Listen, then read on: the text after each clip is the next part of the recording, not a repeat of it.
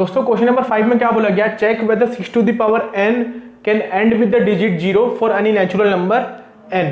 ठीक है, यानी कि यदि कोई number 6 to the power n का फॉर्म में है तो वो 0 से एंड हो सकता है, ये अपने को चेक करना है। ठीक है, जैसे 6 टू द पावर 1 हो गया, 6 टू द पावर 2 हो गया, 6 टू द पावर 3 हो गया, 6 टू द पावर 4 हो गया, 6 टू द पावर 5 हो गया। तो ऐसा कोई भी नंबर यदि इस फॉर्म में है, यदि कोई भी नंबर इस फॉर्म में है तो वो 0 से एंड हो सकता है, ये हमको चेक करना है। ठीक है, तो देखिए हम क्या करते हैं पहले।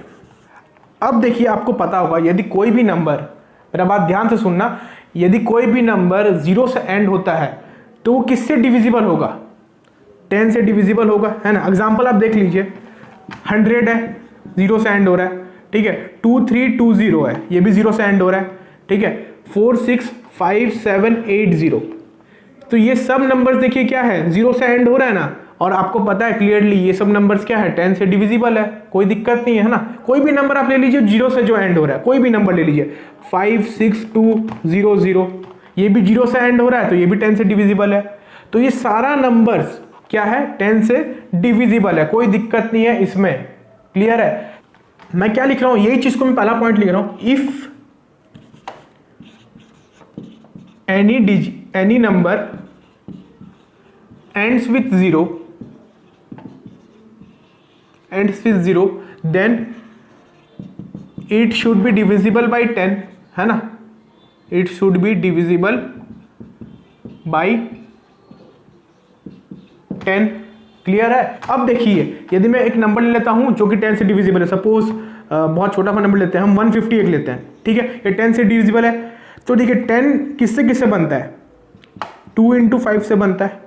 यदि कोई भी नंबर 10 से डिविजिबल होगा ना तो ये दोनों से भी क्या होगा, डिविजिबल होगा। आप देख लीजिए जैसे 150 है, 150 10 से डिविजिबल है, हाँ है, तो 2 से भी डिविजिबल है। देखिए 2 का टेबल में आता है 75 में, और 5 का टेबल में भी आता है ना। 5 का टेबल में कितना है, 30 में आता है। कोई भी नंबर आप देख लीजिए यदि वो 10 से डिविजिबल है तो ये दोनों नंबर से भी क्या होगा, डिविजिबल है।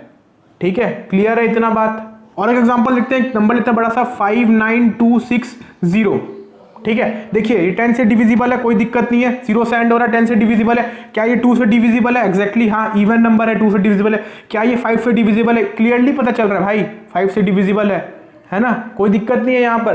तो यदि कोई भी नंबर 10 से डिविजिबल होगा तो वो 2 से भी डिविजिबल होगा और 5 से भी डिविजिबल होगा। तो क्या लिखूंगा, since prime factorisation of 10 is equals to 2 into 5। So क्या लिखूंगा मैं, so if any number is divisible by 10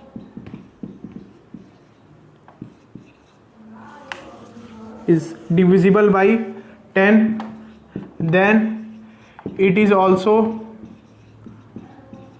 divisible by 2 and 5 both, है ना, दोनों से होना चाहिए। यदि 10 से डिविजिबल होगा ना तो ये दोनों से क्या होगा, डिविजिबल होगा। बहुत आसान सा बात है, कोई दिक्कत नहीं है यहां पर। अब देखिए now 6 to the power n has a prime factorisation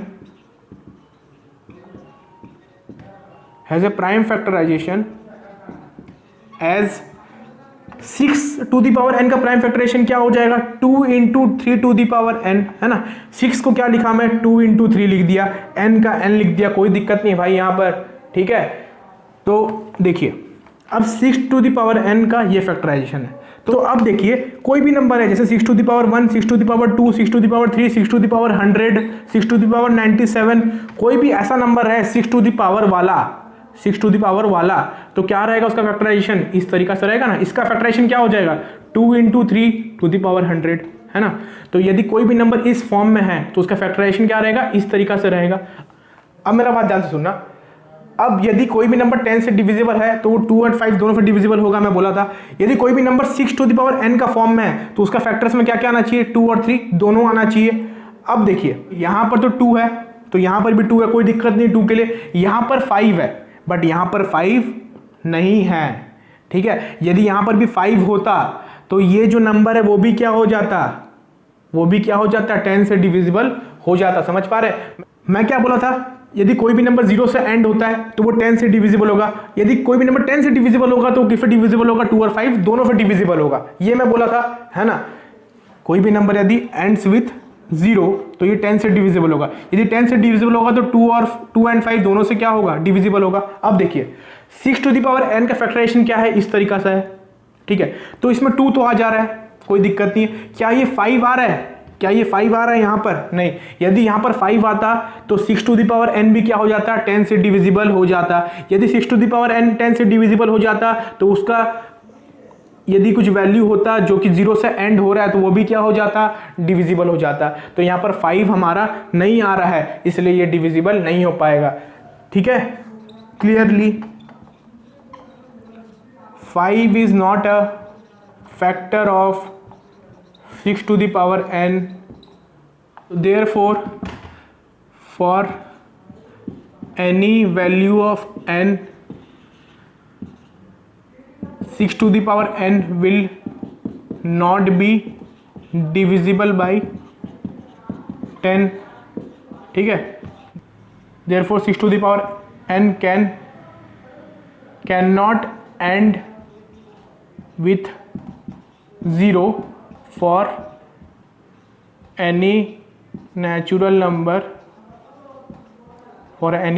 number n, ठीक है।